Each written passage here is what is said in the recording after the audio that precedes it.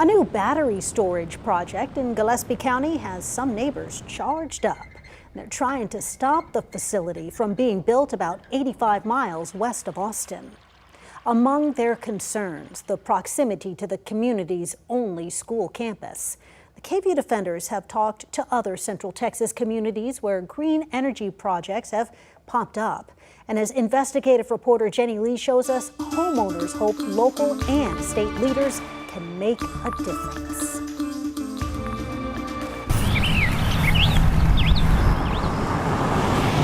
In a rural Central Texas community where the population's decreased, a new neighbor moving to Harper, we don't want it, has some fired up. We're getting the shaft on this. Homeowners here say they don't have a lot of information about the new Rogers Draw project, a battery energy storage system. Paige Berger has 3 children.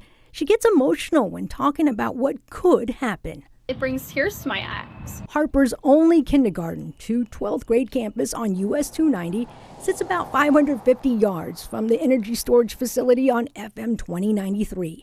Paige worries about the lithium-ion batteries catching fire and sending toxic fumes to Harper ISD in seconds. She thinks such an event could also affect Gillespie County's most popular tourist spot. If we had a 50-mile-an-hour wind that we just did and that we have frequently, I mean, it would evacuate Fredericksburg. Firefighter Tate Parker is troubled as well. You're putting a lot of water on something you're not going to put out, running into the pedernales. Parker and other fire experts know lithium-ion battery fires are notoriously hard to put out. They say water doesn't work. We saw that in January when one of the world's largest battery storage plants near Santa Cruz, California, caught fire. The Moss Landing blaze triggered evacuations and county health alerts from the smoke. The batteries then caught fire again in February. You fight it by evacuating. If you look up lithium ion, it says your evacuation with stagnant winds is like half a mile, so you're already evacuating pretty much the entire town of Harper. Rusty King lives next door to Rogers Draw. He worries about his property value taking a nosedive. We're approaching retirement age, and we had wanted to relocate to a lake. There's another fellow in a nearby town that had something similar happen. He's talking about Christopher Dyer in Mason County. We don't have our view no more. Dyer told the KVUE Defenders in July of 2024 about having a hard time selling his home after construction for a new battery storage facility started feet away from his property line.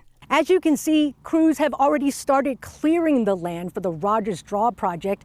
And according to ERCOT, the state's grid operator, this is one of 671 battery energy storage systems planned throughout the state. The same ERCOT report shows the number of planned storage projects jumps to 984 when you combine batteries with solar, wind, and other technologies.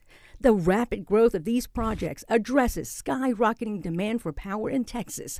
ERCOT has already warned that energy demand could double by 2030 and triple in 15 years, thanks in part to a growing state population and big power users like data centers driven by AI.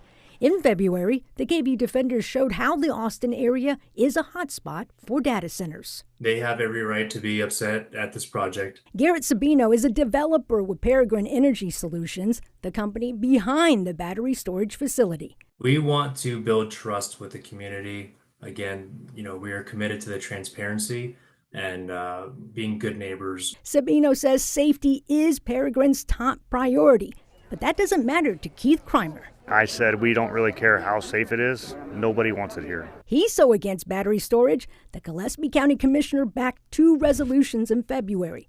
One opposes the Rogers Draw project and all battery storage facilities.